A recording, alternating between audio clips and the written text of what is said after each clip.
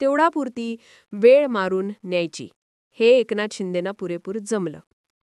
उद्धव ठाकरे आणि एकनाथ शिंदे पक्ष आणि चिन्ह नेमकं या दोघांपैकी कुणाचं, यावरती 2022 पासून सुनावणीवर सुनावणी सुरू. तारीख पे तारीख, तारीख पे तारीख. ठाकरेंना निर्णय येण्याची घाई झालीय, तर एकनाथ शिंदेंना निर्णय हा लांबवण्याची घाई झालीय.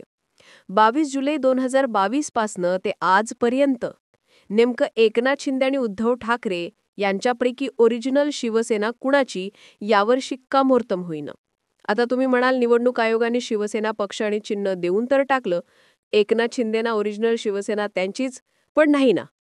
मान्य करायला ना ठाकरे सेना तयार आहे, ना मान्य करायला महाराष्ट्रातील लोक तयार आहेत, ते कोणत्याही पक्षाचे असू देत. पण त्यांना हे तर समजून घ्यायचंय की सुप्रीम कोर्ट नेमकं या विषयावर निर्णय एखादा येतोय.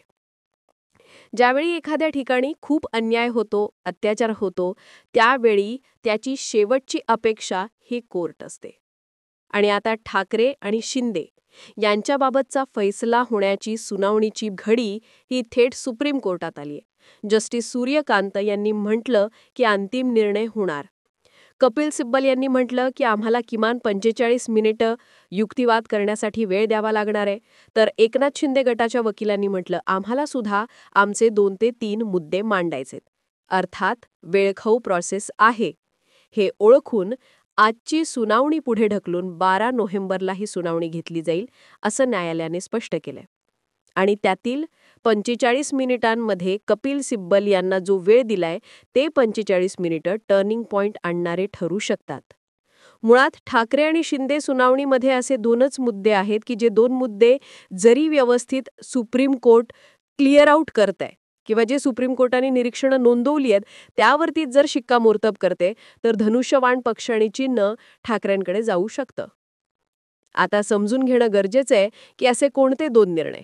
एक, विधानसभा अध्यक्ष राहुल नार्वेकर यांचा निर्णय रद्द करणे, आणि 2, निवडणूक आयोगाने पक्ष आणि चिन्ह जे विधिमंडळाच्या बहुमताच्या आधारावर दिलंय तोही निर्णय रद्द करणे. आता याला कारणं कोणते जोडले जाऊ शकतात त्यावरती सुद्धा नजर टाकणं गरजेचं आहे. विधानसभा अध्यक्ष राहुल नार्वेकर यांना सुप्रीम कोर्टाने सांगितलं होतं की आमदार अपात्रतेचा निर्णय लवकरात लवकर घ्या आणि तो योग्य घ्या. हा निर्णय विधानसभा अध्यक्ष राहुल नार्वेकर यांना घ्यायला लावण्या अगोदर सुप्रीम कोर्टामध्ये सरन्यायाधीश असताना धनंजय चंद्रचूड यांनी काही मतं मांडली होती. त्यातील सगळ्यात पहिलं होतं ते म्हणजे ठाकरे गटाचाच व्हीप लागू होईल. उद्धव ठाकरेंकडील नेमण्यात आलेले प्रतोद सुनील प्रभू यांचाच व्हीप योग्य आहे आणि प्रतोद म्हणून त्यांचीच नियुक्ती जी आहे ती कायदेशीर आहे. याचा अर्थ एकनाथ शिंदेंनी जे प्रतोद नेमले होते भरत गोगावले यांची नियुक्ती बेकायदेशीर आहे.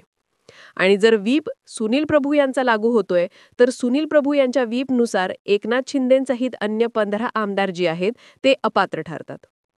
2, भरत गोगावले यांचं म्हणणं असं आहे की विधिमंडळाच्या बहुमताच्या आधारावर निवडणूक आयोगाने ओरिजिनल पक्ष आणि चिन्ह जे आहे ते एकनाथ शिंदेंना दिले आणि त्यानुसार व्हीप म्हणून नियुक्ती किंवा जो व्हीप लागू होईल तो व्हीप भरत गोगावल्यांचा लागू होईल.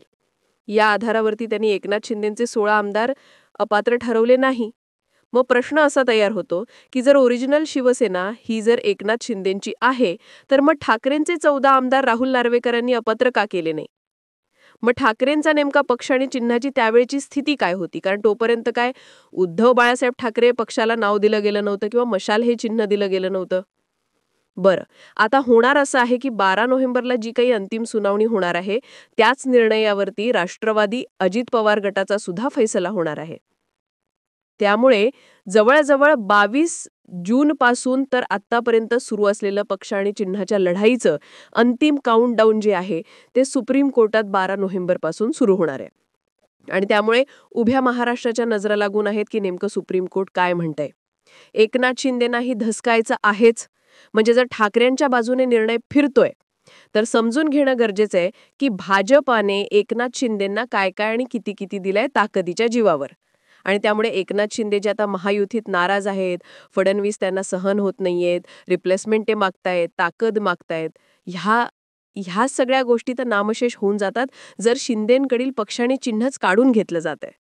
त्यामुळे जर निवडणूक आयोगाने स्पीकर राहुल नार्वेकर यांचा दोघांच्या निर्णयांवरती जरी फेरविचार सुप्रीम कोर्ट करते तरी सुद्धा येत्या काळातलं राजकारण फिरताना दिसणार आहे. या सगळ्या घडामोडींकडे तुम्ही कसं पाहता? कॉमेंट सेक्शनमध्ये जरूर व्यक्त व्हा. अशाच माहितीपूर्ण व्हिडिओसाठी आपल्या चॅनल आवर्जून सबस्क्राईब करा. जय महाराष्ट्र.